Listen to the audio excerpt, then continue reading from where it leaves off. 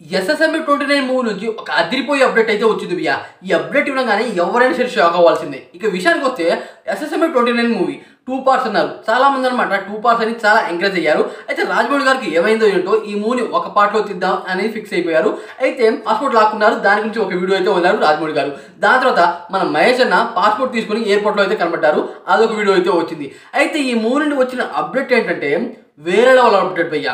నాకు తెలిసి ఇలాంటి ఫైట్ సీక్వెన్స్ అనమాట మన ఇండియాలో ఇప్పుడు దాకా లేదు అని నాకు అనిపించింది. ఆ రకంగా అంటే ఈ మూవీలో ఆ సీన్ అంట 15 మినిట్స్ అయితే ఉండబోతుంది. ఆ 15 మినిట్స్ కోసం అనమాట 50 కోట్లు అయితే ఖర్చు చేస్తున్నారంట. అలా ఉండబోతుంది ఆ సీన్. ఆ సీన్ ఏంటంటే సముద్రంలో 3000 మందితో యుద్ధం.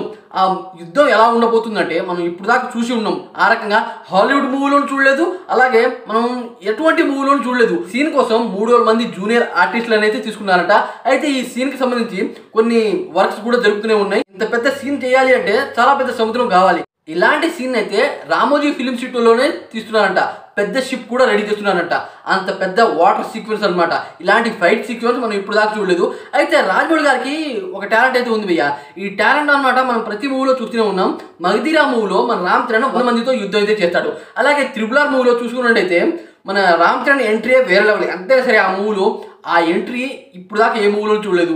2000 మందితో అనమాట యుద్ధం. దాంట్లో మన రామ్ చరణ్ వచ్చింది మాత్రం వేరే లెవెల్. అలాంటి సీన్ అనమాట ఇక్కడ రీక్రియేట్ అయితే చేయబోతున్నారు. కానీ పూర్తిగా నేల మీద కాదు, పూర్తిగా వాటర్లో. అలాంటి రేంజ్ ఉన్న ఫైట్ ఏ రకంగా ఉండబోతుందో చూడండి. ఈ ఫైట్ సీక్వెన్స్ కోసం అనమాట దాదాపు 50 కోట్లు అయితే ఖర్చు చేస్తున్నారు.